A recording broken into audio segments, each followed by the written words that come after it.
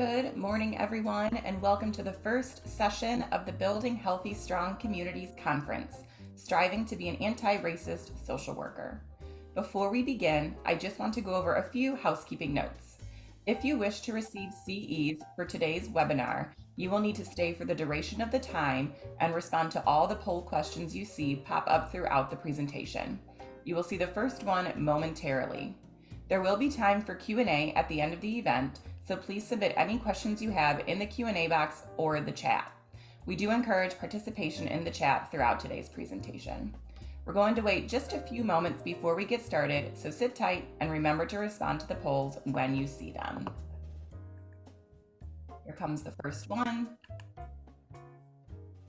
You should see a poll window pop up on your screen. I'm going to give you all about a minute or so to respond to that. And feel free to elaborate in the chat. If you're an alum, let us know when you graduated. Anything you want to add in the chat is encouraged.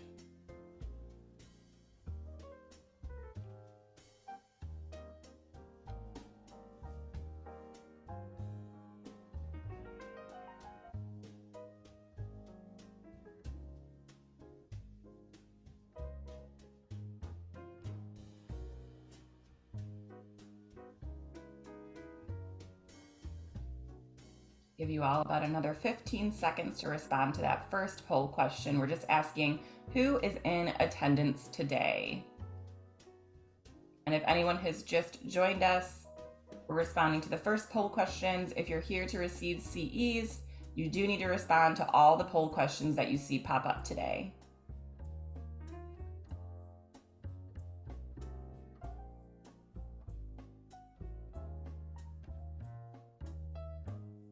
Still have a few people joining, so I'll give you just another moment or so.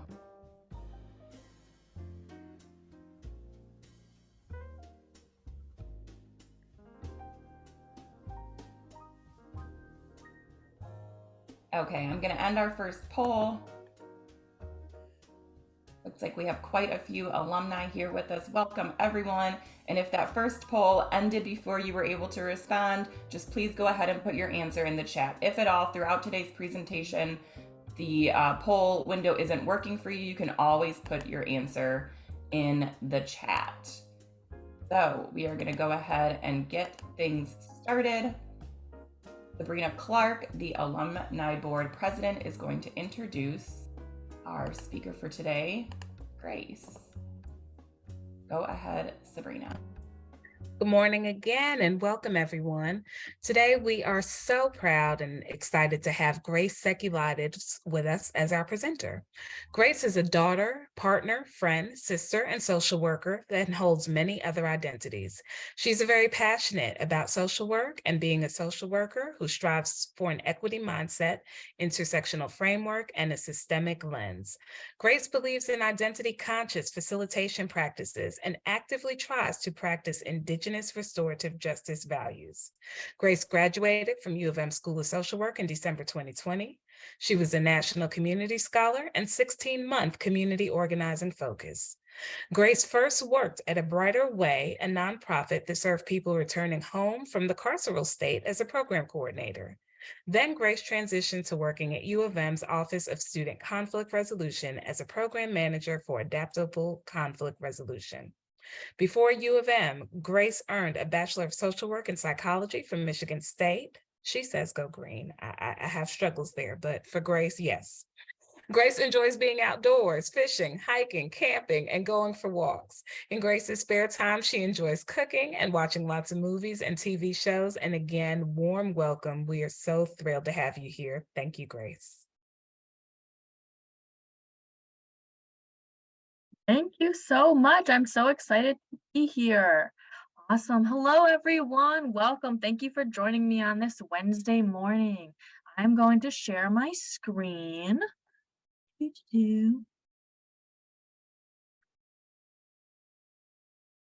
Awesome. Here we go. Very excited. Again, thank you so much for attending this workshop and being with me today. I'm very excited to be here. If please continue to use the chat in the Q&A section. And if for whatever reason as the polls go on, you have any issues, please put your answers in the chat. So you are here for the Striving to be an Anti-Racist Social Worker. My name is Grace Suming Sekulidis, and I use she, her pronouns. Oh, click.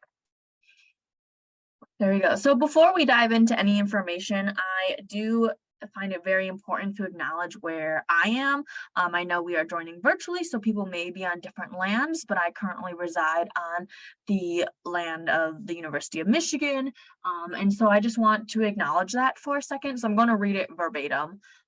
We acknowledge that the University of Michigan, named for Michigame, the world's largest freshwater system, and located in the Huron River watershed, was formed and has grown through connections with the land steward by the Nisi Akashdawan Anishinaabe, three Fires people who are the Ojibwe, Ottawa, and Potawatomi, along with their neighbors, the Seneca, Delaware, and Shawnee and Wyandot nations.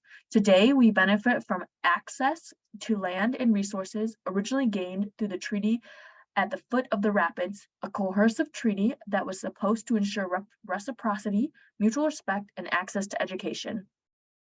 We also acknowledge that this country would not exist if it was not for the free enslaved labor of Black people. We honor the legacy of the African diaspora and Black life, knowledge, and skills stolen due to violence and white supremacy. Black Lives Matter. So I find acknowledging where we are very important. I also want to note that this acknowledgement was not created in collaboration with any Indigenous elders or Indigenous communities.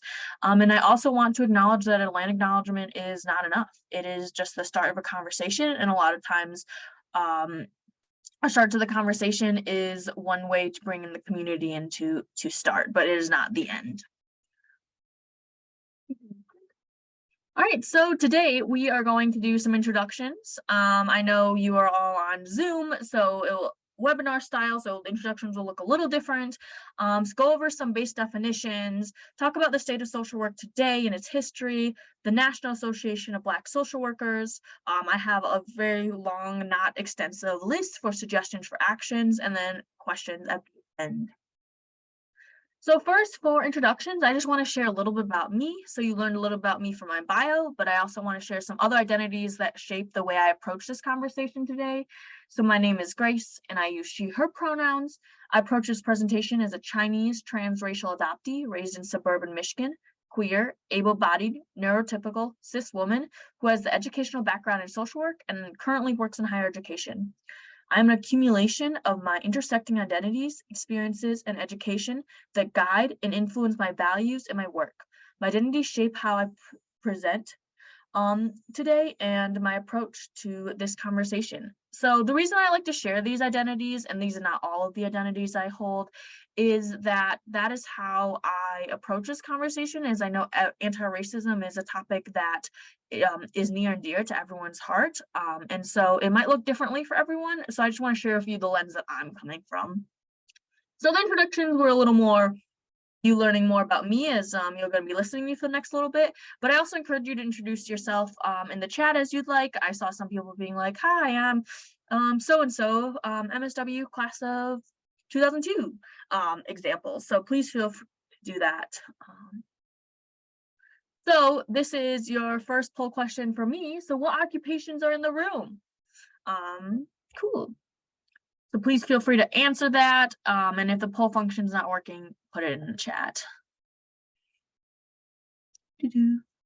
So we have some options of like therapy, social services, administrator, K through 12 school systems, higher education, policy/macro social work, students, and then you don't identify as any of these roles, which is all cool answers to me.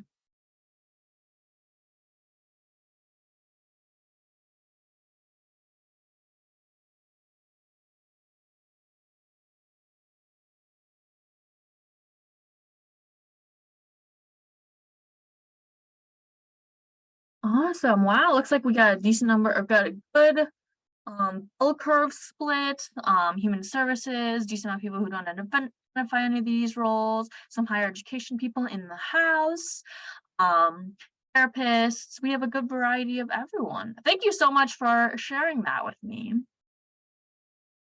So I have some definitions to set the great base knowledge. So as social workers, we are taught about like the generalist social social work model, which a lot of times starts like based knowledge assessments. So similar model to this presentation, I just want to share some basic definitions. So there's going to be a lot more words on the screen than what I'm going to share, because I do want to spend the majority of the time talking about suggestions for actions to strive towards anti-racism. And I think it's important to address some baseline definitions. So we'll get started.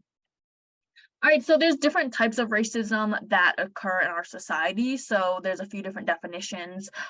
This one is individual racism. So the idea that beliefs, attitudes, and actions of an individual supports and perpetuates racism, the systemic version of racism. And this is specifically within the US cultural context, as I am someone who is raised in the United States, so I cannot speak for racism and experiences of other countries. So that's one thing I do want to share about individual racism.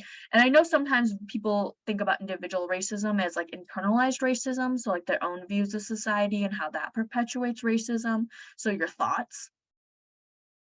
Next clip. And then there's interpersonal racism, which is the racism most people think of when they think of racism. Like when you think of like microaggressions, for example, asking where are you really from, specifically towards the Asian diaspora, asking about Black women's hair, touching Black people's hair without permission. A lot of times people think of that as interpersonal racism, which that they think of is the most common type of racism, which in fact is not necessarily true. All those things do happen, and there's much more larger keys at play. So yes, interpersonal racism between individuals. Okay, and then institutional racism. So this is at an organizational level. So it can be written in the policies, it can be biased practices. I'm going to talk a little bit about hiring and how hiring is like a very interesting system to work within, specifically how it perpetuates racism and how we can be more anti-racist in hiring. So that is one thing that's like an institutional thing. Hiring is very institutional. It's at a very systemic lens. And then also institutional policies that were never designed for Black people, for people of color, for marginalized groups. They were not made, for example, like higher education. Higher education was not made for people like me. Higher education was not made for people of any marginalized identity. It was made for white cis men. And so that is an institutional intention.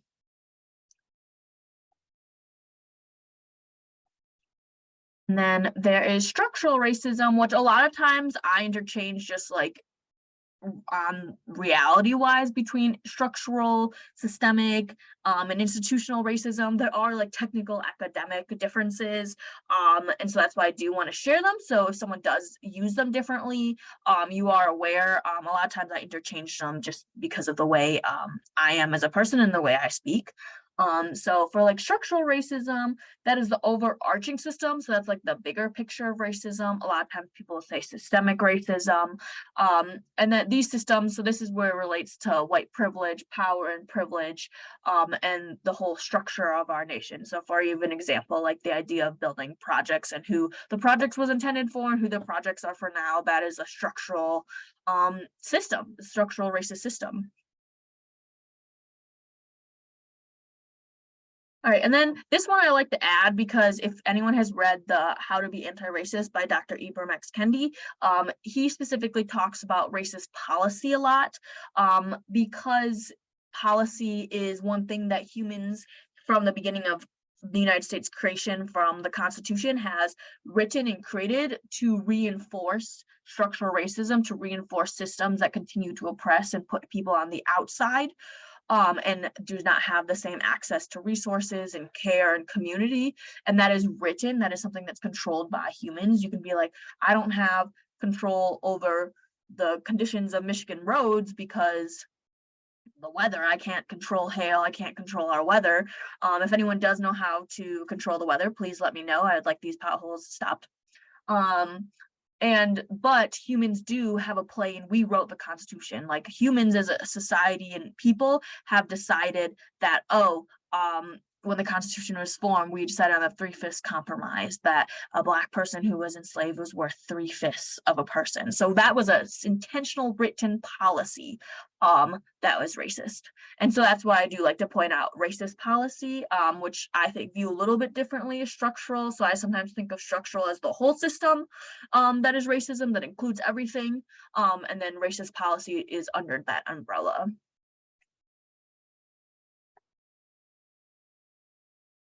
And then another definition I like to add that might not be as familiar is white supremacy culture. So this definition is by Tima Okin, and will be a suggestion I have in the future down this presentation, but it talks about like white supremacy culture is the widespread ideology baked into beliefs, values, norms, and standards of our group. So it's not encompassing of it is encompassing of like everything. So if anyone's ever tried to bake a chocolate chip cookie, and a lot of times you put baking soda or baking powder, you put one of those in your chocolate chip cookies, and then after you bake them, it's really, really difficult to pull out baking soda from a cookie or from bread or anything that you've baked. And that's because it's been so ingrained in the recipe. It's been so ingrained in our society of that is the value, that is the norm.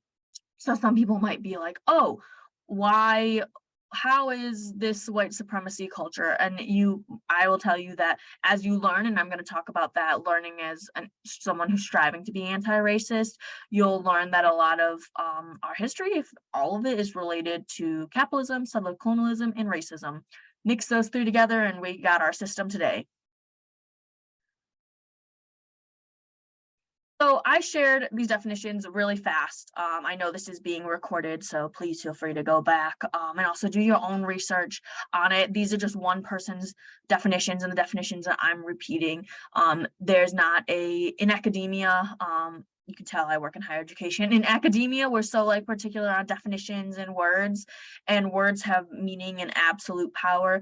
And sometimes we get stuck in the cycle of like, oh, is it collaboration or is it working with people, when those two words, the concepts, are synonyms.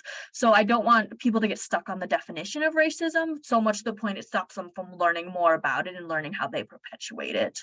And so on my slide right now, I just want to share that you are not a bad person. A lot of times, like, I can give my elderly grandma as a great example. Like, as soon as I talk about racism, she's like, I'm not a person, Grace. I'm like, Grandma, I know you're not a bad person.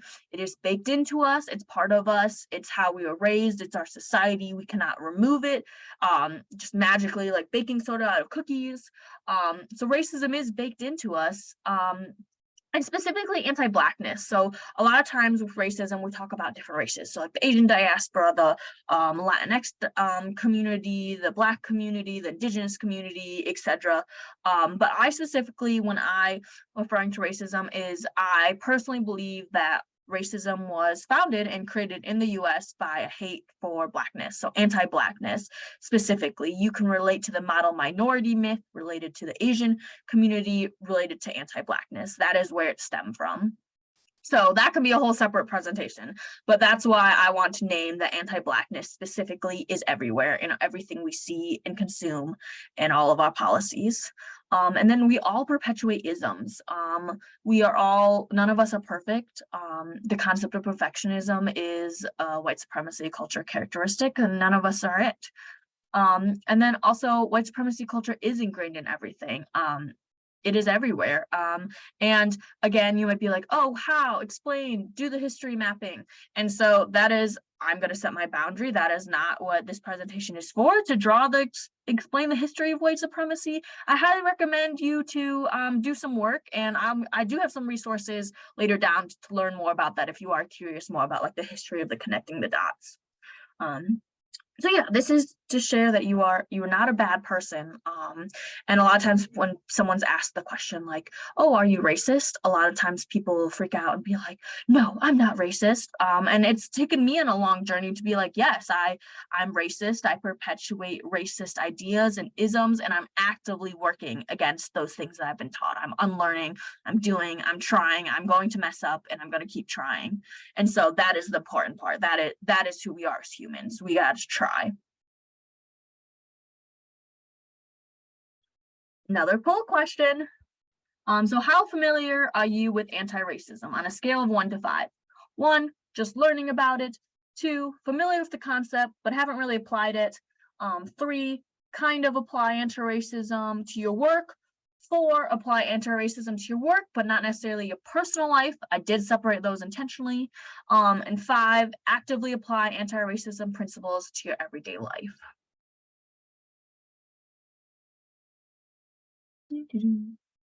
And again, like, I encourage you to be vulnerable and honest on where you are. No one is grading you on these polls. I can't see who answers what.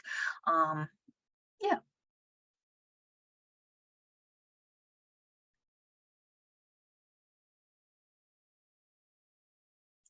Awesome. It seems like majority of people, 51% of people actively apply anti-racism principles to everyday life. That is amazing. And when we get to the resources, I'd love for you to put them in the chat. 4, apply anti-racism to your work, but not necessarily your personal life, about 17%. 22% kind of apply anti-racism to my work. About 9% familiar with the concept but not have really applied it, and 1% just learning about it. So thank you so much for being honest and answering this poll. I really appreciate it. So again, going over a few more definitions to set the stage is anti-racism definition. So anti-racism is like defined as the work of actively opposing racism by advocating through change through your work, policy, social life. And anti-racism, when we speak about it, tends to be an individualistic approach, like what can you control? A lot of times social workers, we talk about the sphere of control and what can we control? We can control our actions and how we interact with people, who we vote for, the systems we support. So that is like an individual way of viewing about racism and being anti-racist. And then I do want to share anti-Black definition. So there is 2 slides for this. I'm not going to read it verbatim, but I highly encourage. So this is the source is from the Movement of Black Lives. It's their glossary which defines it. And it is first, I'll summarize a bit, first bit. So the first form of anti-Blackness is like overt racism. So a lot of times when we think of overt racism, we think of the KKK, we think of burning crosses, we think of hate crimes, we think of things like that, that are very obvious, that probably averagely people will be like, oh, that's a no-no. You should not burn crosses on people's lawns. You like the KKK should not exist. And then it talks a little bit more about like how anti-Black racism is very covert and on our structural system. So for example, the school to prison pipeline is a very covert one that still exists today in 2023. So if you look at schools from, for example, Detroit, where there's a higher Black population, those schools are going to have more metal detectors, they're going to have more police presence, versus I grew up in a suburb literally touching Detroit, did not have any of that, did not have metal detectors I had to go through. And that was, I grew up 10 minutes from Detroit. And so that is specifically talking about like structures and then also like policies. For example, because I work in higher education and I work specifically in the Office of Student Conflict Resolution, that is also the university's conduct office. So it's also like examining who's going through our conduct processes. Why are there so many Black men going through our conduct processes versus that is the minority population disproportionate to the community that attends U of M. So like looking at those things from like a structural lens. And the other part of the definition is the unethical disregard for anti-Black institutions and policies. For example, growing up, I was never taught about HBCUs, historically Black colleges and universities. I grew up, and then when I attended Michigan State, I learned about HBCUs. There was transfer students. I just learned more about them.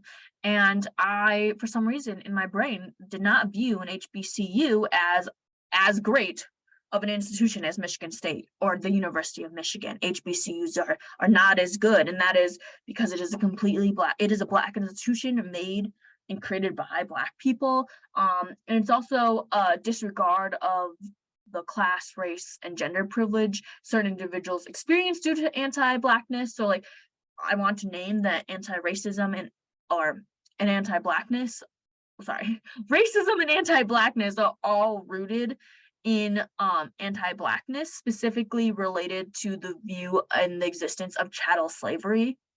And so looking at every institution from like Jim Crow era to Reconstruction to the 60s, 70s, to 2023, where the appraisal rates on Black-owned homes are still significantly lower than white homes of the same address. So these are institutional things that are set up that are not designed or equitable for Black people in our society. So this is a form of anti-Blackness that's that is on our society that we're here to talk about. So why are we learning about this? One, I know, I'll be honest, we need our CE credits. Two, thanks for picking my session. Three is it's really important. We are social workers. We are people who work with people, care about people. If we don't work with people, for example, my sister is a data analysis, does not interact with people, and she still interacts with people in her personal life. So it's just as important still. So like as white people of the dominant culture, so like responsibility as allies, there's a perpetuation of racism without realizing it, working through shame and guilt, and implicit bias can lead to death. There's a significant number of cases that I'm not going to go into in this history lesson today that implicit bias and implicit or not implicit bias has led to death, has led to extreme harm, has led to the destruction of the Black family.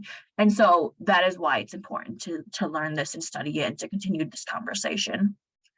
And then people might be wondering, what about as Black, Indigenous people of color? So for myself, as a non-Black person of color, I have been ingrained with many biases because of colorism, because of internalized oppression, because of I've been taught anti-Black ideologies as from society. And then also, as Black people, as people who experience racism, and the core of it is there's a lot of internalized oppression that we must heal from it, and we must learn to undo ourselves, because like ourselves, it's been ingrained in us. We don't live in, just because of your skin tone, you don't live in a completely isolated society that doesn't teach you any of the societal norms. And then also there's colorism. And then also there's a lot of co-signing. And then one that I think about a lot is like, it's a white supremacy characteristic. I'm the only one. It's the idea for me, for example, a lot of times in spaces, I'm the only person of color, only woman of color. And so part of me gives me a lot of pride because I'm like, oh, I get to represent the entire Asian diaspora. And then like literally 2 seconds later, I'm like, why am I representing like most of the world in this space? So I'm not the only one, but a lot of times when we're put in places where we are the only one. And so how to be in that space and how to bring other people into that space. And then why we're learning about this as social workers. So as social workers and people who live in a community, in a society, is social work is inherently racist. Our field, our profession is inherently racist. And then also we're working towards a more equitable society. It's part of our code of ethics. It's part of what we strive for overall as a profession. And then also we impact people's lives, whether we're macro, meso, micro social workers, we impact people's lives. We, through policy, through individual interactions. And if you, again, like my sister, you don't interact with anyone besides her data points, my sister interacts with me. My sister interacts with the community. She doesn't live in a completely isolated bubble. So that's why it's important. And this is not the only reason it's important, but this is just some of them I'm naming. So next, we're going to just talk a little bit about state of social work. So your poll question, do you know the history of social work? Yes, I think parts of it, maybe, not really. And again, I encourage you to be honest when you're answering this. Again, no one's grading you. And then also, if your poll function is not working, please put your answer in the chat if you'd like your CE credits to be counted.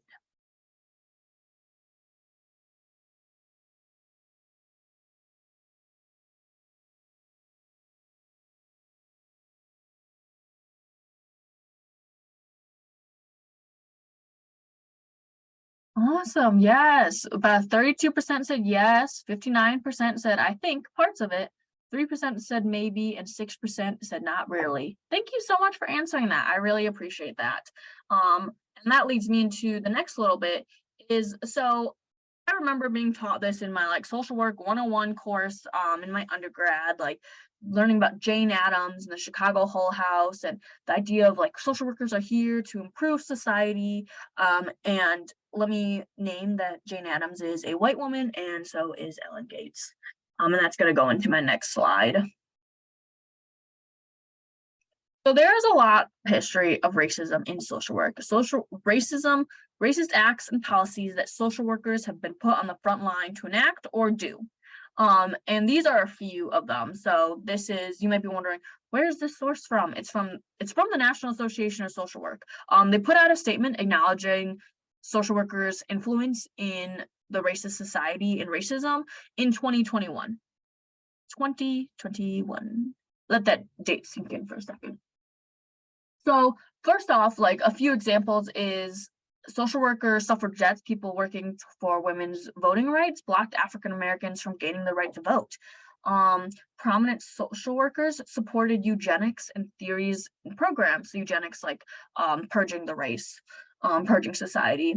And then progressive era social workers built and ran segregated housing settlements. So like when we learned about the founder, the mother of social work, we were taught about the Chicago Hull House and how it's such a great institution and all these people could be, and by all these people, we mean white immigrants. We mean white people who are homeless. We mean white people who are immigrants, white people with mental health challenges. That's who we mean by was able to attend these progressive homes, the Chicago Hull House. And another couple ones is the removal of Native children from homes. That was done by social workers. Child welfare in itself, I worked in child welfare as my field placement, and I could have a whole conversation just about child welfare and racism. And then also the internment camps during World War II, social workers had a play with that. And then also social workers recruited Black men for the Tuskegee experiment.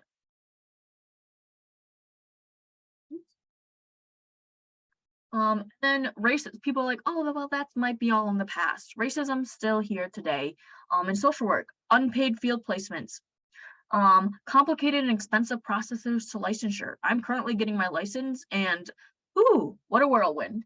And then social workers used as tools to squash abolition. So my hair is blocking my shirt, but I'm wearing like an abolition-ish shirt today.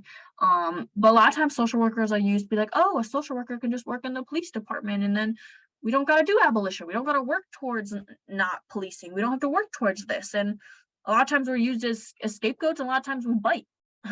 We bite the bit. And so social work and racism isn't just the past. It is also today in 2023. And since the founding of the profession, social work is a very individualistic profession in terms of like, we work on individuals. That was it founded. We support individuals. We'd help them navigate resources. And that leads to bias. Humans were biased because, like we talked about, white supremacy and racism is baked into us. So it's still here today. And then white saviorism in social work. So again, social work was, I'm not sure if you've heard of this phrase, but like the helping profession. And that phrase literally irks my spine.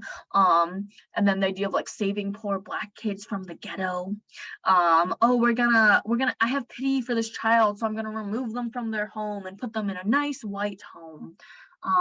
Trying to rescue children from bad homes. And then deciding for Black communities, deciding for communities of color, for communities who are experiencing environmental racism, structural racism, all those, what is best.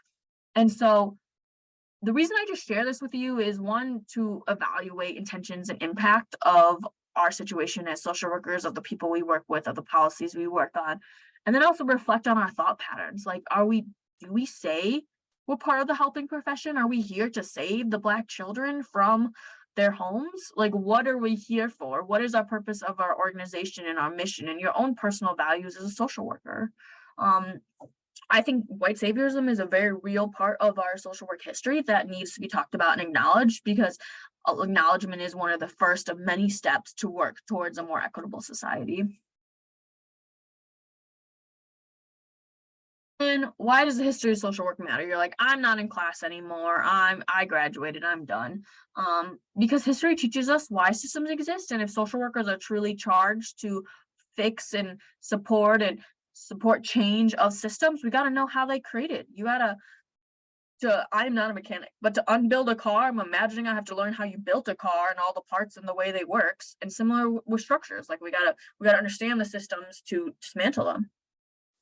And then acknowledging our harms is a step towards healing. So part of social work, I think, is healing. We're not is working to restore historical harms. It's working towards healing ourselves as people, as we've experienced these traumas, and also working as healing as a society. A society cannot heal until we acknowledge its history. And then learn from it.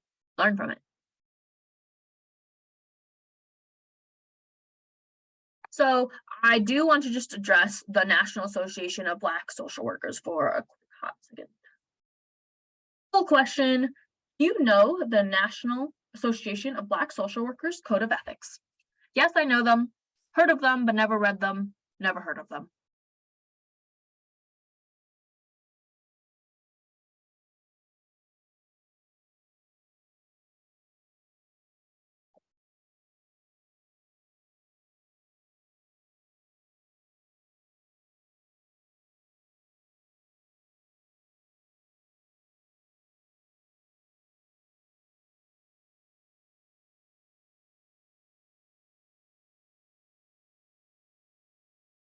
All right, we got about 22% of people who says, yes, I know them, 45% heard of them, but never read them, and 33% never heard of them.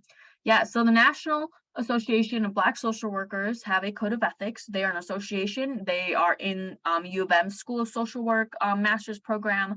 I personally was involved in my school of social work in undergrad. Again, I love being a social worker. I take a lot of pride in it. And I didn't know. I did not know until I got to master's program. And then even in my master's program, I was definitely in the line of, oh, that's nice. Did I do any more learning about it? No, not till recently, not till I got older. And so I just want to encourage you to look them up and learn about them and the way they relate, because a lot of times we just hear about the National Association of Social Workers, which is the broad one, but there's a specific group for Black social workers as they are experiencing different things from myself as a social worker as I enter communities and I'm navigate being in community. So this is just a few of them. There are multiple ones, but these two I want to point out. So like, again, these are copied and pasted from their website. So that's why it says and so I regard as a primary obligation of the welfare of the Black individual, Black family, and Black community, and will engage in action for improving social conditions.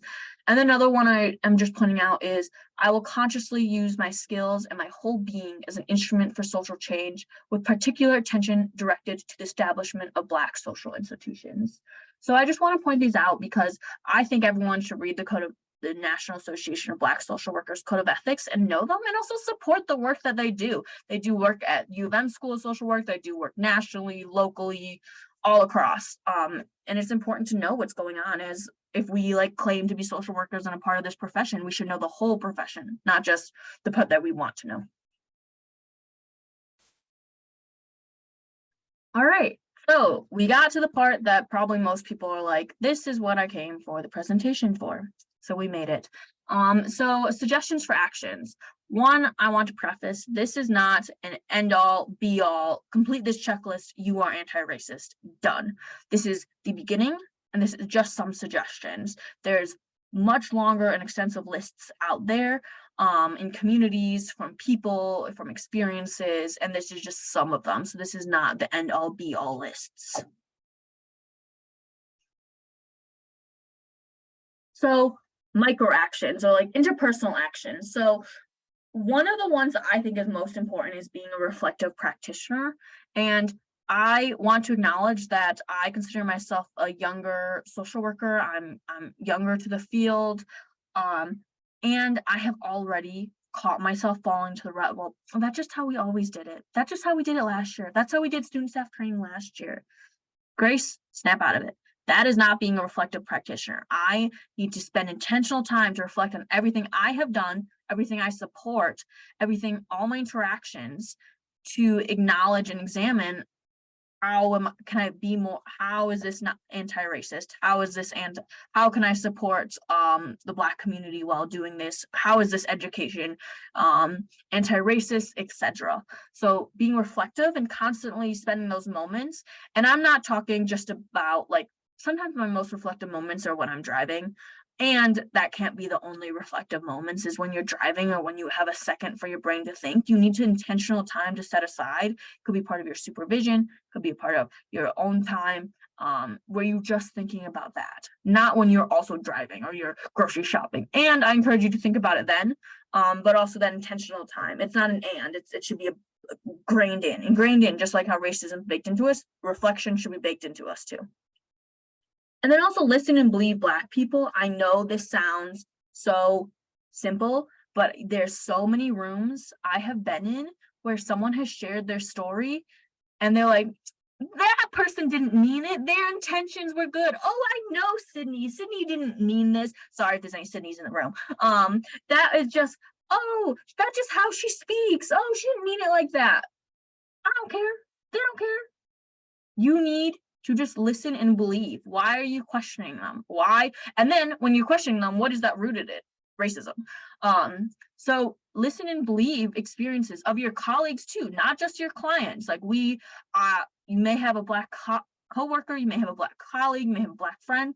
Believe them, just believe them. There's so much racial gaslighting in our society that is rooted in racism that it is exhausting. Like as a non-Black person of color, I have experienced it and it is exhausting to constantly have to defend your way of life and your way of thinking and your experience. And so just believe. And then engage in difficult conversations. Conversations are really very powerful. And again, that like idea of like, oh, we might not be able to change the whole structure overnight, but we can add a drop of water towards the system we want. And then eventually if all of us add drops of water, we'll make a whole pond. There's water analogies out there that I've heard. But engage in these difficult conversations because you might not, so say if you're like on polar opposites, the person on the other end of this conversation might not get to where you want them to be, but it at least started a seed, and then they can decide what to do with that seed. And you know that you've done your due diligence as someone who's a social worker and someone who's a human in our society to start that seed. Their choice to nurture it or destroy it. And then also follow abolitionists, liberation movements, anti-racist educators on social media. I know I'm going to talk about this again and give a few examples, but it is so easy to just follow people on social media. It's a really mindless thing. Like I mindlessly scroll on my phone every day. As soon as I'm done this webinar, I'll probably check Instagram just because, never know what's happening.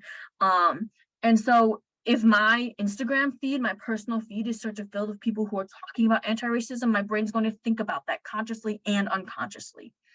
And then also there's many 21-day equity challenges, but I just want to highlight Dr. Eddie Moore Jr.'s 21-day equity challenge. I participate in it. It's really great. I also want to share there's many equity challenges, like United Way of Washington County does one. There's a variety of equity challenges out there. And it's just at least the ones I participated in, you get an email once a day or a text, and it tells you things to read or write or reflect on. And it just is a conscious effort to reflect on different systems and experiences of people in our society. And then also name and reflect on your implicit biases. So one example that is I took this in class and I really liked it, the Harvard implicit bias test. It was just one thing to get the conversation started in my brain. It's not like you take it, you pass it, good job, you're done. But it's a start of a conversation, especially for example, for someone like my dad, who's very beginner to these conversations. It's a good hard task thing to do and then have a conversation on it. It's I personally love taking BuzzFeed quizzes and then evaluating what type of fairy princess I am based on what I ate today. And so that is just one way to get the conversation started. And then also we have a lot of implicit biases in our work that we do, in our policies, and who we are, how we speak, what we think. And so practicing bringing those to the forefront and naming them is huge. People be like, naming, everyone tells me to name and acknowledge. And that is so powerful. I want to emphasize naming and acknowledging is so powerful. It's not the end all be all. It's not the end final step, but it's very powerful. More micro action suggestions. make anti-racism conversations a part of your supervision. Intentionally spend at least 10 minutes. So say you got an hour if you supervisor, spend 10 whole minutes just talking about anti-racism in your work, in your policies, in your practitioner. That is such an easy way to keep it going, because in theory you're meeting your supervisor weekly or whatnot. Or bring it to a team. If you have team meetings, like for 10 minutes every team meeting, we're going to talk about anti-racism and how we can make our organization, our work, more anti-racist. And then thinking about everything from a systemic and anti-Black perspective. So I want to share that it is a way of like thinking. It is a slow process. It's not going to happen overnight, but thinking about everything from a systemic lens, like, oh, so this is like a personal example that is not necessarily related to social work, but related to my personal life. So my partner and I were at the baseball game, Tigers baseball game. We sat down in our seats, did the ticket thing, got our seats, and we were asked, are you sure these are your seats? And at first I was like, yeah, of course there are seats. Why wouldn't they be? We were actually just like one seat over, but that's not the issue. The issue was, why are they asking me and my partner this, but yet a white couple was right in front of us and we did not get asked that question at all. So like questioning even that, which is like something in my like personal life, that's in my like time when I'm enjoying myself. I'm at a Tigers game, I'm at a baseball game, but evaluating even that from that moment. So like that isn't necessarily a systems lens, but I could definitely like paint it to a systems lens. But that is like, how did that usher get trained? What is the usher's own implicit biases? Did the usher have structural training at their work about implicit bias? Probably no. And so that is just like one example in like my personal life, not even like a work situation. And in a work situation, so I'm a conflict resolution facilitator. And so every dialogue I enter in between two parties in conflict, I reflect on the biases I have entering the dialogue. And then I also reflect on relationship to systems and how they are taking a role in an interpersonal conflict. And then attend ally and advocacy training. So you're attending this, and don't let this be your only training for the year. Just because you got to get a CE credit and you got your CE credits for the year, 2 years, keep going. Like you don't need to just do the 10 and then be done. And then read, watch, listen to Black history and the Black experience in anti-racism education. So again, people might be wondering, why am I talking specifically about Black history and the Black experience when there is a plethora of minoritized racial identities, as I'm one of them? And the reason is that, again, everything is stemmed from anti-Blackness. Our history, our chattel slavery, settler colonialism is rooted in anti-Blackness. So the fact that we don't know Black history is a statement in itself. The fact that it's being removed from our education systems as we speak, that's a statement in itself. So educate yourself, learn about it, and learn how that has influenced our system. So for example, this is a story. So Chris Rock, comedian, shared a story about how his grandma grew up in, I think, the South, somewhere in the South, and that his grandma back then was not allowed to see any white dentists. She had a toothache. And so Black people back then, if they had a dental issue, they would have to go to a veterinarian. They were not allowed to see a white dentist. If there wasn't a Black dentist in the area, they had to go to a vet. So Chris Rock's grandma had to go to a vet to get her tooth removed. And I've had many teeth removed. And that is not a great process. That is not a comfortable process, no less having to do it at a vet. So that is showing that us as a society are comparing Black people to who a vet treats. A vet treats pets, a vet treats animals. So, and that was, I'm not citing the story. I don't know how old Chris Rock's grandma is, but that is an example of something that we need to know about the Black experience, because then when we're like, oh, why don't Black people trust the medical system? Yeah. So you can start to paint these pictures to understand how we are interacting with communities. And then like, okay, expanding it out, if you want to talk about the Asian experience. So for example, I've experienced like microaggressions, like, where are you really from? Oh, you talk really good English, things like that.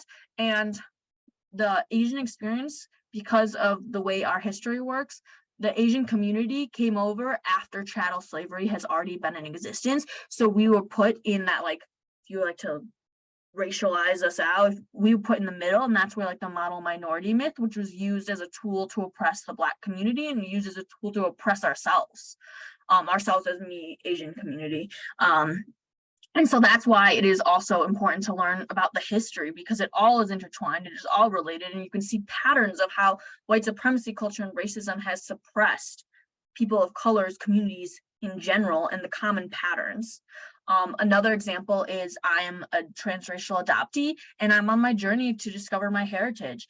And I have met so many other people of color, Black people, Indigenous people, Latinx people, who are also not adopted, but they are on their trace to understand their heritage too, because of the Indian Removal Act, because of the Indian boarding schools, because of chattel slavery, because of DACA, because of all these things. And that is something we all have in common, but I wouldn't have been able to paint that picture and build that solidarity if I didn't start learning my history as well as other people's history. And then another one is, which was related to the next one, like study and learn the oppression of Black and people of color. Learning history is so important because it teaches us why things are today and also helps us understand the systems that impact us today. So a lot of people might be wondering, like, how is this actions for anti-racism? So anti-racism isn't like a quadratic formula. I can't even cite the quadratic formula. It's not like 1 + 1 = 2 and then we're done. It is a lifelong journey that's going to take time, and part of it is learning our history, part of it's acknowledging, part of it is having these difficult conversations. It is not a perfect catch-all, here's how we be anti-racist. Another part that I want to talk about is like working through it. So that is working through a lot of feelings. So as we're learning about this history, so I attended this session at the National Conference on Race and Ethnicity, where it was specifically for the Asian diaspora. And it was a session to talk about what's it like to be a colonizer and have been colonized. So most Asian countries have been colonized. And I am a colonizer as well, as I am on this land right now. So what does that mean? What does that mean for me to embody and understand the guilt of the communities and to feel the shame and discomfort and all of these different emotions that are associated with it as I learn the history and the truth and learn about things that I've done that I'm not proud of and things I'm growing from? So, for example, like, as I'm learning about my heritage, what does it mean to claim and be proud of Chinese identity, as I know that China as a government has caused a lot of harm, and there's a lot of racism and colorism in it specifically. And so what does that mean to work through that feeling so I don't get stuck? I don't get stuck in the shame. I am bad. I'm a bad person. I don't want to just stay in guilt where it's like, oh, I did something bad and now I can never do anything good. I have to work through it, and then also leading to discomfort. And a lot of times you might hear this, but you have to be okay with being uncomfortable. So there is this TikTok of this one Black woman on a plane and this one white man that she was sitting next to, and he was texting his friend like something very rude, something very racist. And the Black woman saw him and she said something like, I see what you're texting, like I know how your feelings. And then she stated, I then had to sit on the flight for 3 hours because I want, this was her doing the work and the emotional labor. But then that white man had to sit there and be uncomfortable for that 3-hour flight and just sit there.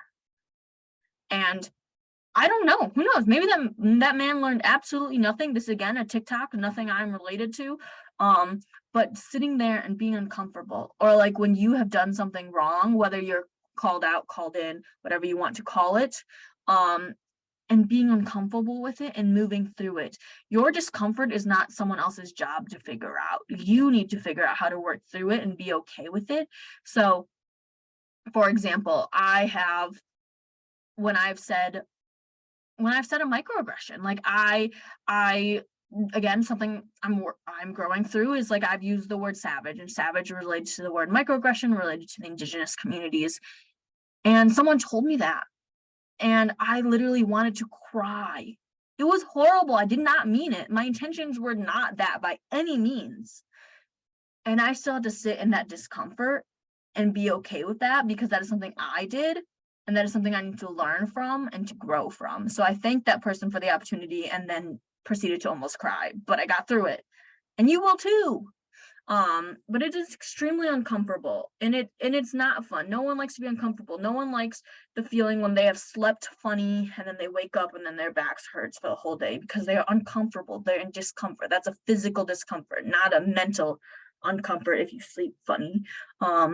So just being able to lean into that, and then knowing that like shame and guilt will also be thrown in there as you're processing these things. Like, for example, what does it mean? Like, my mom is a white woman and she has to process, what does it mean that she adopted my sister's adopted two Chinese girls, and then the documentary One Child Nation came out and exposed the whole industrial complex related to adoption in China.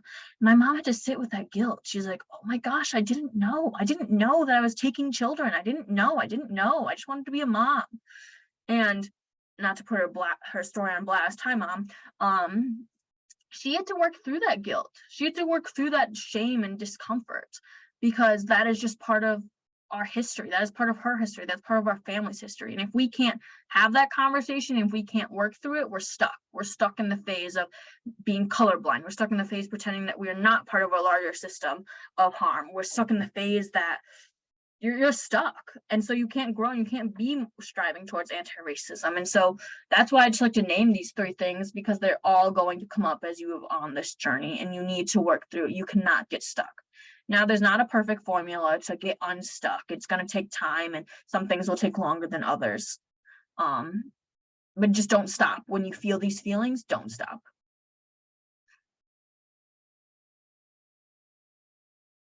So this one is very important to me. So not putting emotional labor on Black people. So do your own work. A lot of times you might hear that, and a lot of times, like, my dad will get frustrated. What do you mean do your own work? I don't understand. How does that mean? I don't know even where to start. And I was like, there's more to that phrase, father. So do not ask out of the blue your Black clients, your people of color colleagues, questions whenever you want. It is not fair game. Their emotional labor is not fair game for whenever you want. So you having lunch in the dining hall and you know that something's going on. So again, higher education, you're having lunch in the dining hall and like that, you know, there's something going on like racism in higher education. Big surprise. Please pick up the sarcasm in my voice. And your Black colleagues sitting there eating a sandwich. You cannot just go up on this person's lunch hour and ask them their opinion on how to solve this racist situation that happened in the residence hall. That is not their job. They are on lunch. You do not get free will to their experience. And then if you like turn it around on yourself, so one of my best friends, she's a white woman, and her and I are having this conversation, and she's like, yeah, when I'm having lunch, no one ever just comes up to me and be like, so what's it like to be a white woman? What's it like to not get like looks in the store when you're like window shopping? Like, what's it like? No one ever just comes up to her and starts asking her about her life like that. But that happens to Black people, that happens to people of color, that happens to people marginalized and oppressed identities. And so no free will in just asking questions. No. And then also do not expect Black people to validate your anti-racism work. So for example, one very common book in the summer of 2020 was White Fragility. If you have read that book, you do not get to go around showing the book off. Oh, to all your people of color, your Black colleagues, look, I read the book. I did the work. Now say thank you. Now that's a much more like blunt example, but there's not someone who's going to validate your work. There's not someone that you need to like check into. You need to do this on your own. And so it is not a Black person's or persons of color's job to validate you on your journey and you being less racist. It is your work. It is your journey. And if you want validation, that is where identity community building can happen. And then also follow Black educators and social workers. There's so many on social media. Follow them. And then also pay Black people for their labor. So I know you're like, wait, but don't ask questions whenever you want, but pay them for their labor. When someone's having lunch, That's their lunchtime, just like it's your lunchtime. When someone is just on their computer answering the email, they're on their computer answering emails. Now, if they are presenting a workshop like myself, I'm presenting a workshop right now, that's the time to ask questions. That's the time to ask me questions, because I am doing the labor right now, because this is the time I intentionally set aside for. I'm figuring out my compensation. It is very different than if you just came up and asked me 1,000 questions while I was trying to write case notes. Very different setting. So I don't want you to be like, oh, you can't ask people of color, can't ask Black people any questions. But it's when they want to be asked questions, when there's invitation, when there's a setting. Workshops are great settings for it, because we know we're coming into this space to learn. And then also, for doing your own work, I know it's like really difficult to sometimes just Google. As we know, Google has bias, and AI has racist bias in it. So once you find, and again, I'm about to show you a list. Once you find someone that you like and you're like, oh, this content is like applicable to where I'm learning, a lot of times just go on their profile, Facebook, Instagram. Those are the two I have. There's also Twitter, but go on the profile and see who else they follow. And that can get you down the rabbit hole towards other people who are working towards these same values that you hold. Sometimes it's hard based on just Google, like anti-racist educators near me. Sometimes Google search shows up and it's spot on, and other times it's way off. So it's hard to just say Google, but a lot of times I say, like, let's find a starting point and then going from there, then getting like, or TikTok, if you like find a TikToker that you really like, that's like, oh, I love how they're talking about anti-racism and parenting.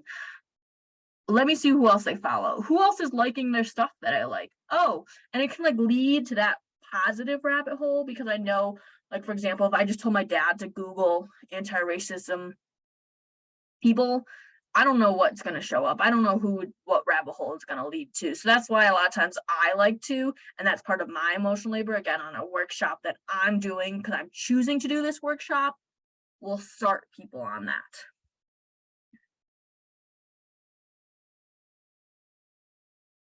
So next poll question: did you attend a Juneteenth event? Yes? No?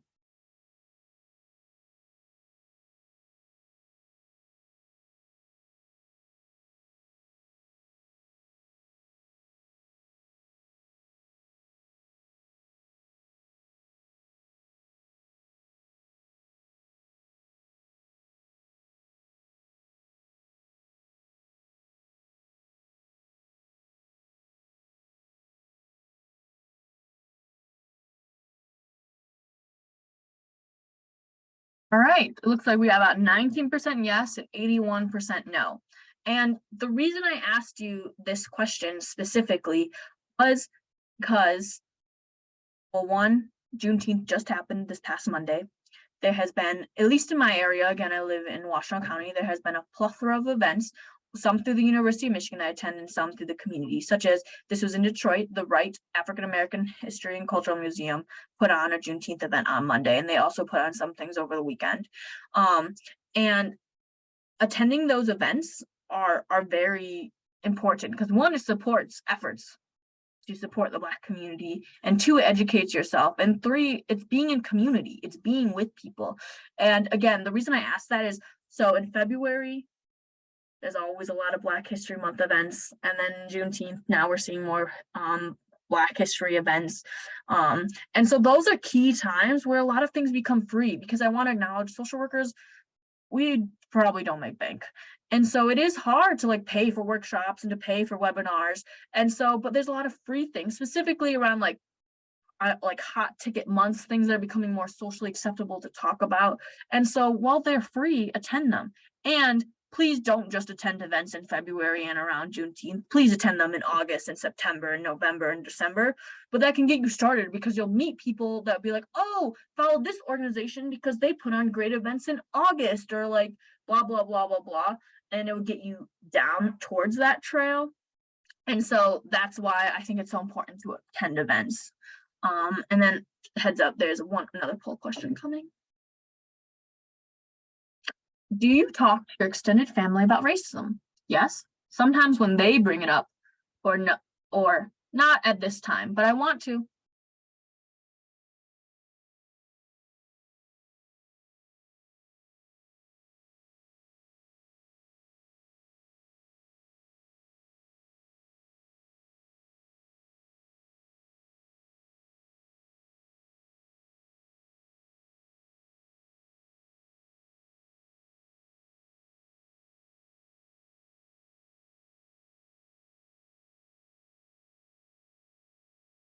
All right, 65% people said yes, 23 said sometimes when they bring it up, and 11% said no, but I want to.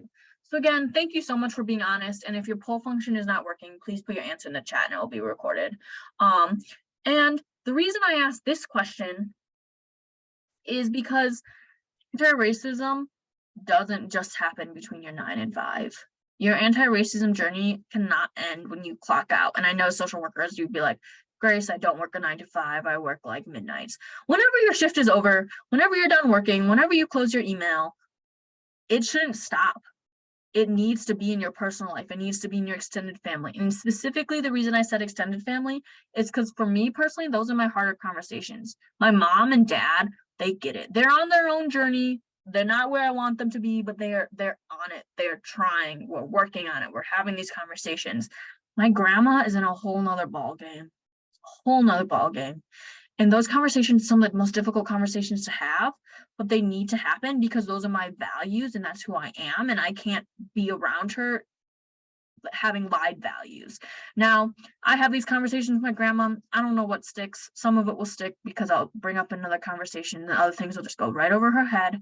She's an elderly woman. Her memory is like not 100% the greatest. So I accept where she's at. I'm not trying to throw like big fancy definitions at her and talk about academic strategy and strategic planning and all these things, but I'm just talking to her about her history. Grandma, what was it like growing up? My grandma grew up in Detroit. And if you know the history of Detroit, there was a literal wall that was built around 8 Mile that separated the white community from the black community. My grandma grew up on the white side of Detroit.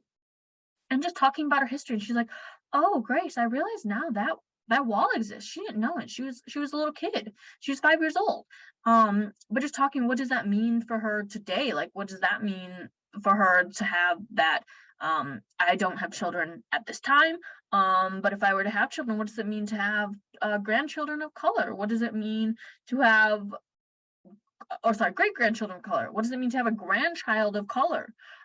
And to work on like her color blindness. So like, what does that mean? And again, these conversations, they happen in bits. Like, again, I'm not deep diving my grandma into a 2-hour workshop seminar, but just like bring it up for 5 minutes, 10 minutes, whatever is I'm able to do for my own well-being, and then also whatever she's able to handle to meet her where at. You know, social workers meet people where they're at. So that's why it's important. But like for me to not have that conversation with my grandma ever, I would be a fraud. I would not feel like someone who's striving to be towards anti-racism. It wouldn't align with my values. If I hold all these values and I speak all these things at work and with my friends, but I can't talk to my grandma about it, that doesn't feel right to me. And everyone's on their own journey and everyone's in their own time. So again, that's not me telling you to run out to your grandmas and be like, Grandma, what's your thoughts on anti-racism? But to start those conversations and to bring it up, and again, meet them where they're at, use a language that makes sense to them, start from there. But that's why I asked you that question, because that's one of the hardest things of this journey for me, to be honest. So yeah, what are you doing at home? Which relates to one of my very early poll questions of like, how familiar are you with anti-racism? And I can't remember where the line was, but like one of them was like at work, but not at home. And then the next one was like in my everyday life. And that's because anti-racism does not stop after you're done checking out, you're done clocking out. Anti-racism needs to happen in your personal life, because as much as we try to separate our personal and full-time work life, it can't be separated, because it's still us. It's still how we show up. We might show up a little bit differently, but it's still us and our values. And so if those values are you at work, they should be at you at home. And so like talking to your extended family and friends about anti-racism, attend community events about anti-racism in other cultures, like the Juneteenth. That's why I asked you that question. That's a great example. Or another example is attending, there's this event, the African American Festival, also put on by the Wright Museum, which is happening in mid-July, I believe. And so attending those events, again, you're not attending it to be a researcher, you're not attending it to study and to examine Black people and African American history. You're just attending to be. You're attending to be a human. Bring your children to it, bring your extended family, bring your friends, because one, your money will be supporting that organization and their mission, and then two, it's just being. It's just being a human, and our racist system doesn't want us to feel. White supremacy doesn't want us to be human. White supremacy is working towards robots. It's working towards producing. It's working towards being someone who does this, that, and that. But like just being at events and being in community is just being. It's just being you. It's showing up as you and learning more about like, oh, you might learn a little bit about Juneteenth history while you're at it, while you're listening to some music or you're eating a hot dog or whatever you might be doing. And then also asking yourself, do you / your children have friends of color? And the reason I ask this is you might at work have colleagues of color. You might have a Black coworker who you're buddies with. But then after 5 p.m., do you have everyone in your life look exactly like you? Are they all white? Are they all of the same cultural background as you? Why is that? To me, there's something weird about that. There's something that doesn't sit right. There's some cognitive dissonance in my brain when I think about that, because if you value Black life at work, why don't you have Black friends? And this is also my statement, not to go out into the world and be like, to every Black person of color, be my friend, but just to evaluate it. And I also want to acknowledge we live in a segregated housing society. And so you might not have, like, your kids might not go to school with any Black children. I grew up in a suburb of Detroit, 10 minutes from Detroit. There's 10 Black children in my school, maybe. But then do you intentionally go to events like Juneteenth events, African American History Festival? Do you go to Pride with your children, with your friends? Do you go to all other events that are just about other cultures and interact with other people in your personal life? Like, not for work where you're putting up a sign and you're handing out resources, but for your personal well-being, for your own personal growth and who you are as a human. And so that's why I asked you that question, because you should evaluate that. And again, can't necessarily control what public school your kids go to, but you can have an influence of what other things they attend in their free time. And then that leads into the same question, like, are your closest friends from the same background as you? And again, my best friend we've been to school since preschool. My best friend, we have been known each other since preschool. So we have very similar backgrounds. Our parents are very similar. And I love her. She's my best friend. And she's not my only friend. So I'm not saying throw out all your friends from the same background as you. And, maybe get coffee with your coworkers after work once a month, or befriend someone who you met at a webinar that you really like. You're like, oh, wow, I just liked who you are as a person and I liked your comments. Do you want to get coffee? And again, the friendship might happen, it might not. But it is trying. It is trying to interact with people from different cultural backgrounds from you, because if you don't try, then you will just keep doing the same thing you've been doing. And that is not striving towards anti-racism. And then this is, to me, a very simple one. Shop Black-owned businesses. I was in New Orleans recently, and it was much easier, I will admit, in New Orleans than it is here. And I intentionally, almost every restaurant, once a day, the food that we consumed was from a Black-owned businesses, because I put in the work. I did research before we went down. I looked at where we were in the hotel. I looked at reviews to make sure I could eat there. I did the homework so I could support Black-owned businesses, Black-owned tour companies, Black businesses, Black taxi companies, all that, because I did the work before I went down there. And that is in my personal free time vacation. And so it is a little harder, I will admit, living in Ann Arbor, and I still can do it. There's Black-owned bookstores. There's like the Blackstone bookstore in Ipsy, and then there is a variety of others. There's Jamaican Jerk Print in Ann Arbor, and there's lists. Like if you Google Black-owned businesses near me, Black-owned businesses in Michigan, Southeast Michigan, wherever you might be, there's lots of lists out there.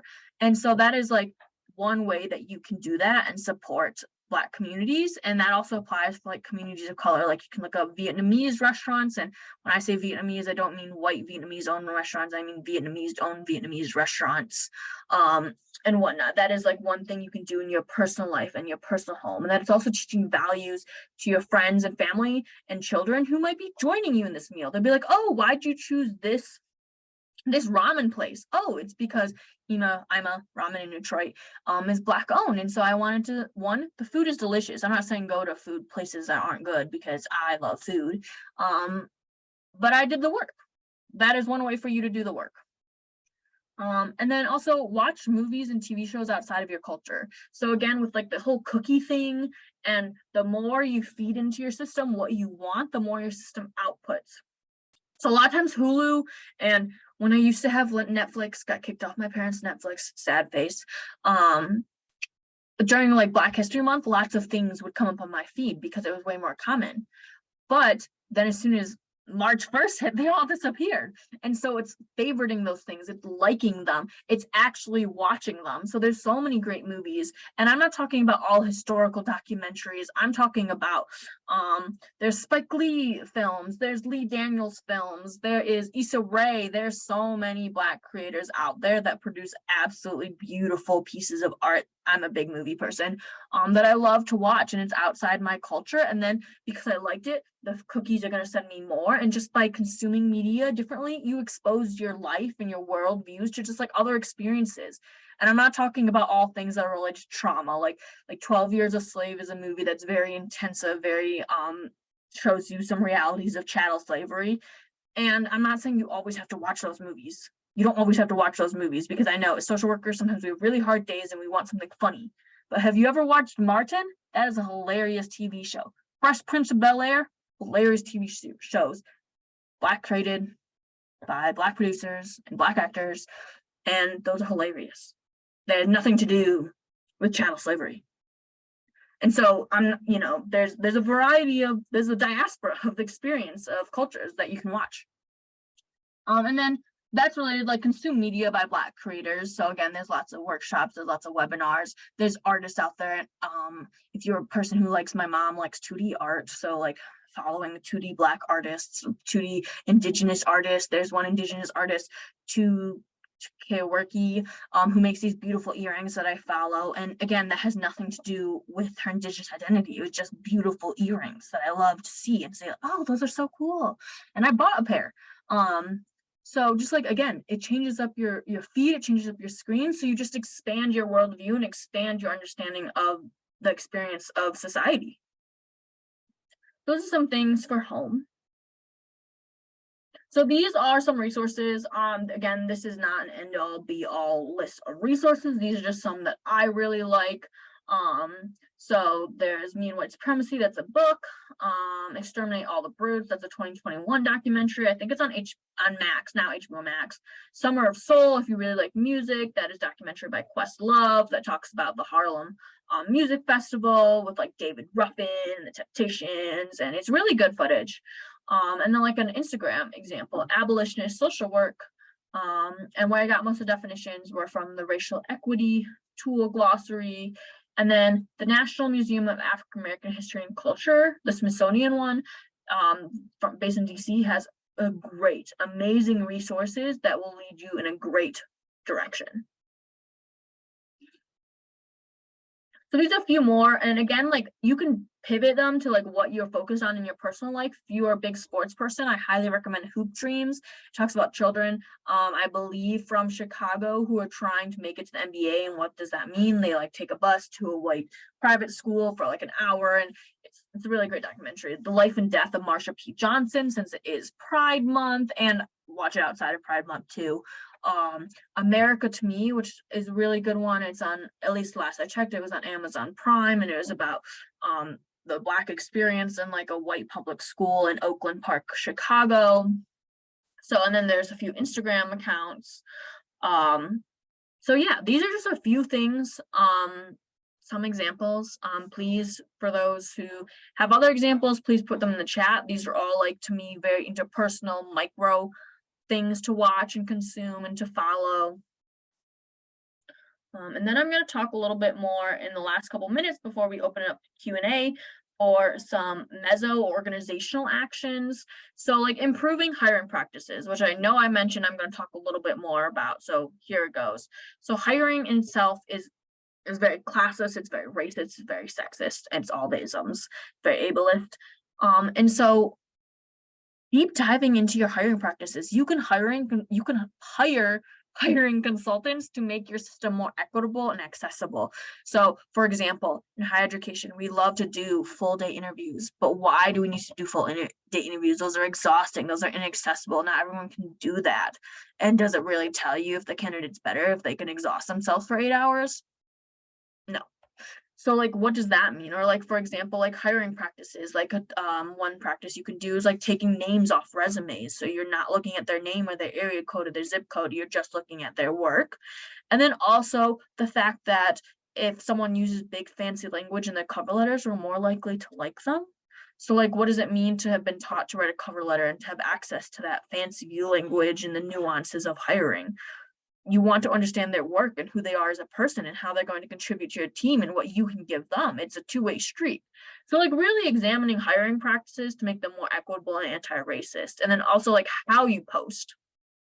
Like, what are you posting? Is your job description 7 pages long? That is very difficult to read. That is not great practices. And so just evaluating those, I think those are so important. And who are you marketing your experiences to? Are you sending, so again, higher education, are you sending your job postings out to HBCUs? Are you posting in the community, or are you just sending them to your fellow people who grew up in the suburbs of Michigan? And then also in developing an inclusive work environment. So like, how can people show up? Can they show up as themselves? Can they show up? Do they have to code switch, like switch language, switch how they appear? Like, what does an inclusive work environment look like? Value setting, which sounds, again, I'm not the biggest fan personally of wordsmithing, and value setting is so important. So like the values of your organization, what you were striving for, because it's like a North Star. It's going to point your organization. So after you leave, it can keep doing the work that you're trying to strive for.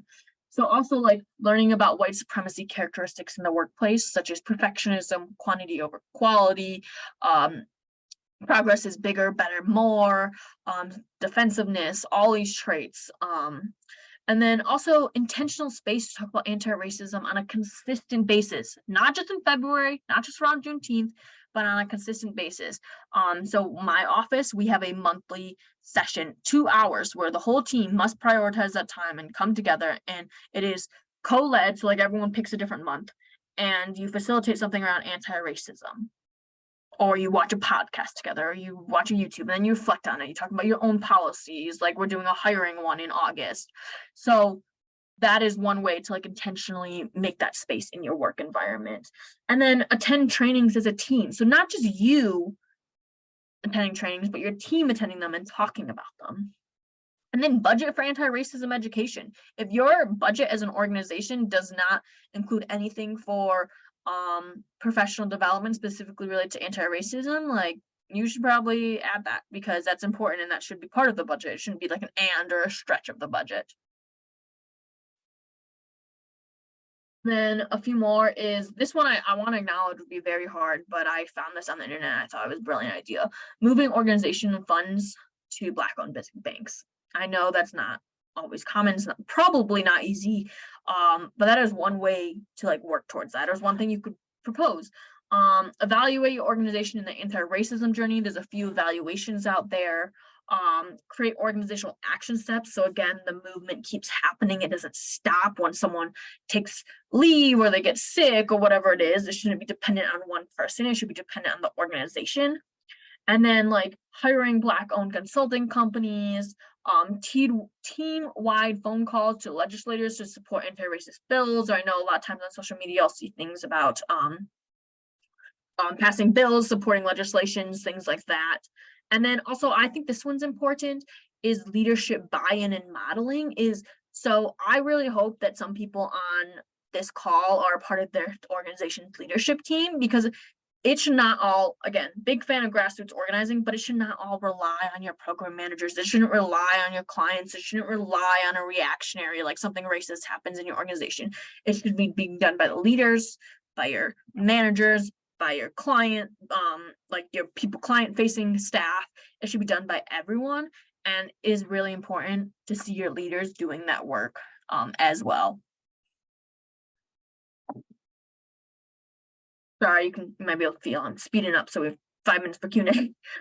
So for macro action, so like internal organization policies. So like sick leave and time off. Who gets sick leave? Who gets time off? If it's only people who are like full-time, not part-time, not temporary, all those things, then why can't the people who are temporary staffed or people who have a contract base or whatever their like status might be have sick time? Sick time is important. It should be something everyone has. Pay equity.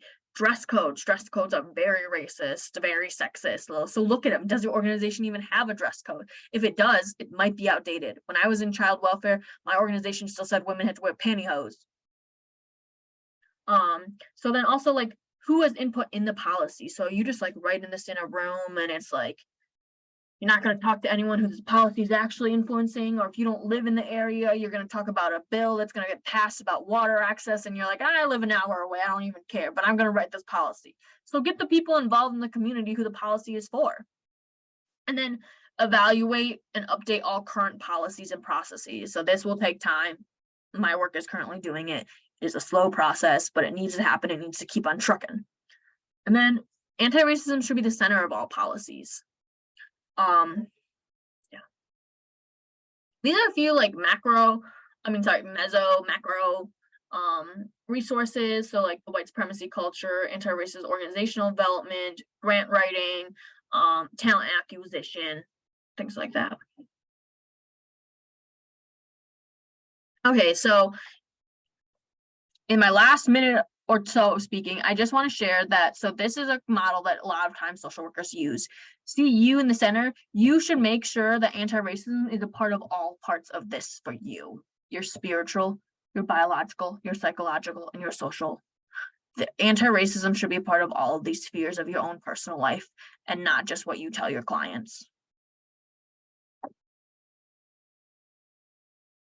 And then the last thing I want to end with is a lot of times people talk about anti-racism and like self-care. Oh, I'm exhausted. I work all the time at work and then I got to come home and I got to do more education. It is muscle building. It is community care. I don't want to hear about, okay, let me rephrase. Self-care is absolutely important, and you can't use that as an example to stop your anti-racist journey once you get home, because people of color, people marginalized identities, Black people don't have that privilege. I do not have that privilege. So to go home and to not think about the systems that are impacting me, because it impacts me in my everyday life, not just when I'm working my 9 to 5. So that is why I call it anti-racism and care. Now, again, I'm not saying go home and watch 12 Years a Slave every single day, because that would probably be very mentally exhausting. But go home, watch Martin. That's again, sitcom. Go home, watch something else. Read a book just about like, I just finished a book like The Vanishing Half, or like a book that's just like about a different experience than yours. It doesn't have to be all about trauma and like healing from trauma. It can be for joy. Joy is so important and it's part of healing. And then also pushing back on the sense of urgency and perfectionism.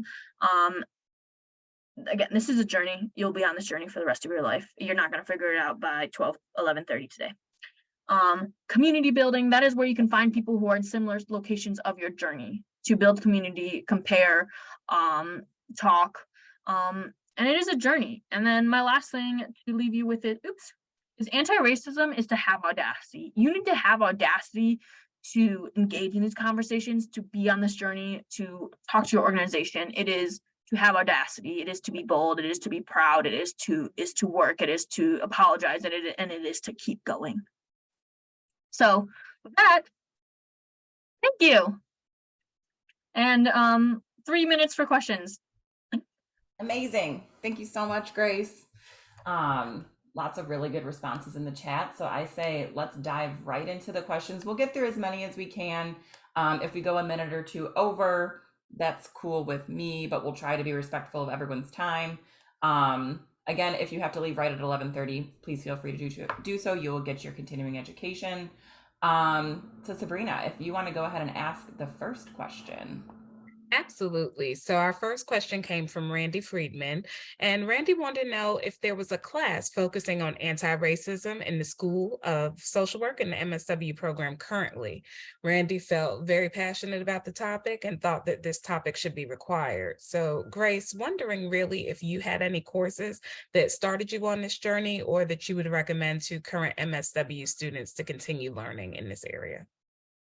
Great question. Thanks for asking. I do know it has been relabeled since I was there.